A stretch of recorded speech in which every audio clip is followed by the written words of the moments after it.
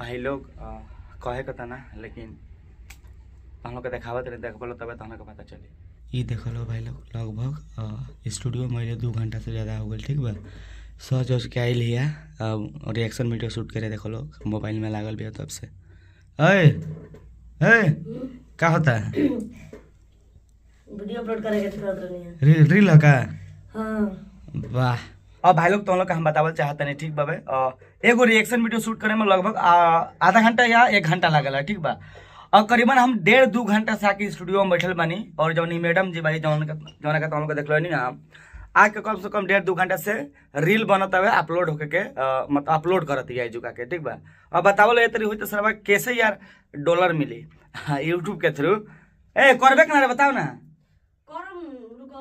देख लो अभी कहनी तो कहते रुको लो अभी कर मतलब और 1-2 घंटा लागी ना बस 5 मिनट 5 मिनट ज्यादा हुई उठ के हम चल जाए लान ना शूट कर आगे कह देते नहीं। तो भाई लोग काफी दिन के बाद आज हम ब्लॉग शूट करते नहीं बिकॉज यार बहुत ज्यादा हम बिजी रहनी हो शादी उदी के सीजन चलता तो हम लोग का पता है आजकल ब्याह हवा बहुत होता है कहे ठंडा का मौसम आदमी दबा के ब्याह करता है। सो दोस्त उसके संगे बहुत जगह शादी में गए रहनी हो घूमनी हो पिकनिक में गए रहनी हो न्यू ईयर के सीजन चलता है। सो बहुत बिजी रहनी है डेट्स वाई आजकल मतलब ब्लॉग बहुत हमारा कम होता है। लेकिन हाँ भाई लोग ये प्रॉमिस करते नहीं कि आज के बाद कोशिश करम रेगुलर ब्लॉग डाले के रोज ना लेकिन हाँ 2 दिन 3 दिन पे एगो ब्लॉग बनावे के ठीक नु। तो भाई लोग अभी हम जाते नहीं अपन वाइफ के रिएक्शन वीडियो शूट करवावे देखो लो पीछे देखो लो कैमरा मैन आके बैठल बाबे कैमरा मैन हाई कर दे एक बार। तो ये रहल कैमरा मैन और क्या करते रहो क्या करते रहो बताइबो शादी खातिर कपड़ा ना। और एक बात तो भाई लोग खुशखबरी रहा तुमको दे देते नहीं हमारे छोटे भाई के शादी हो खेला ठीक बाबे। सो पॉसिबल हुई तो ओकरो ब्लॉग बना के हम डालम। और एगो बात बतेबू तू कल का 5 मिनट में रेडी होते अभी कौन सी 5 मिनट हुए भुला गए रहनी है अरे फटाक से रेडी करो या शूट करो। तो भाई लोग तो हम लोग के बताइए कि ना भुला गए कुछ बताइए रे वीडियो कौन सी आयल बनी ना बताइए भाई लोग आज वाइफ के कौन के रिएक्शन वीडियो शूट करे हम आयल बने ठीक बा। कैमरा मैन में आयल बाबे फटाफट रिएक्शन वीडियो शूट कर लिया तो हम लोग दिखावत नहीं हमके केते रिएक्शन वीडियो हमके शूट करने जा शायद एकरा से पहले भी तो हम लोग देख ले नहीं हो उतना याद नहीं किया लेकिन कैमरा में दिखावे कोशिश करब। अरे तू पहुंच तो उठना रे वो ठीक करे के बोला होबे एक कैमरा में ठीक कराऊ तो हम लोग के पीछे से दिखावत नहीं का सिचुएशन चलता है भाई लोग 2 घंटा से दिमाग हम एकदम चाट के रख दिले भी यही उठबे के ना तू अब लास्ट टाइम पूछत नहीं उठबू मोबाइल दे ना प्लीज छोड़ ना मोबाइल दे तो भाई लोग ये देखो लो कैमरामैन सेटअप आगवा का जाते रहो कैमरामैन जौन बा सेटअप करत है ठीक बा एजुके रिएक्शन वीडियो शूट होला तो हम के बैकग्राउंड देखो लो मतलब इहो गांदा हो गेल बा ठीक बा रंग मारल बा ई बैकग्राउंड हमनी के एकर एजुक वीडियो शूट होला हमर वाइफ के और हमारा जौन वीडियो बताऊं हाई तो हम लोग के पीछे के रोस्टिंग में तो हम लोग के पीछे के देखो तो बोले ठीक बा जब हमारा शूट होते तो ई को लौकत होई कौन सी हां ए बोतल फेंक दो कहीं ठीक बा तो बाहर फेंका जाई कैमरामैन सब सेट हो गई लाइट लगाओ अरे लाइटवा कौन खोल ले बड़े यार लाइटवा तो हमेशा लगले रहेला हम तू खोल ले बड़े ए सरवा काहे बन हो गेला भुभुकाता है यार बरता बन हो जाता है।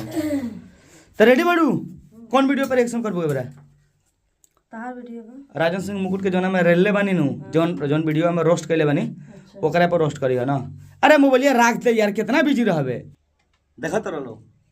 अरे कसम से कहते नहीं दे मोबाइल दे 2 मिनट बगल तैयार ना भइले सब कुछ रेडी रह कसम से मोबाइल छीन के ले जे हगल पे फेंक दे मोबाइल छीन के ले जे हगल हगल पे फेंक दे कह देते नहीं। तो भाई लोग ये रहल कैमरामैन अपन झंट का मंडल लगावत हवे फीडवा सब कौन सी माइक लगावत रे का माइक रेडी बाबे माइक लगा ले बड़ो गुड ठीक बा कमेंट करी लैपटॉप ऑन करो चालू करो पहले वीडियो बा का देखबे कौन वीडियो बा नहीं तो फॉर्मेट बा फुलती लगा था मेमोरी ओ एकले फॉर्मेट कर दे और एकले फॉर्मेट कर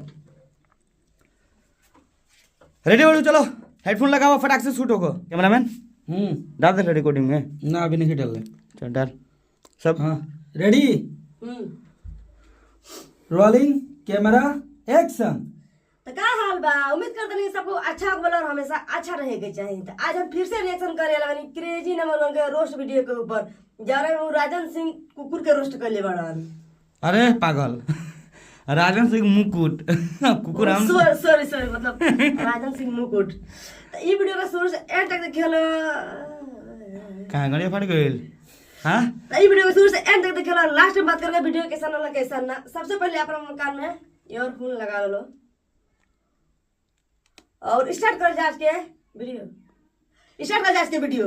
इतना मिस्टेक करबे तो क्या होई रे बा? इतना रुक रुक के बोलती है, कैसे हुई ना हुई? इतना मिस्टेक करते हैं। निमन से बोल, फिर से रीटेक ले रे, शुरू से ले। रेडी रेडी रोलिंग हाँ रोलिंग कैमरा एक्शन। तो का हाल बा? उम्मीद करते हैं कि सबको अच्छा वाला और हमेशा अच्छा रहेगा चाहिए। तो आज हम फिर से रिएक्शन कर रहे हैं क्रेजी नंबर 1 के रोस्ट वीडियो के ऊपर। तो ये वीडियो को शुरू से एंड तक देखिए, लास्ट में बात करके वीडियो कैसा होला कैसा ना। सबसे पहले अपन कान में ईयरफोन लगा लो और स्टार्ट कर जाए के वीडियो।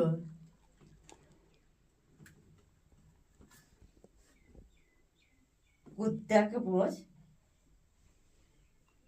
तू देख गलत कर रहा।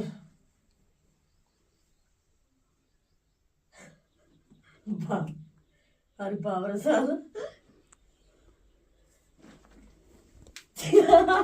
एक सब याद रहे लेकिन मेरा के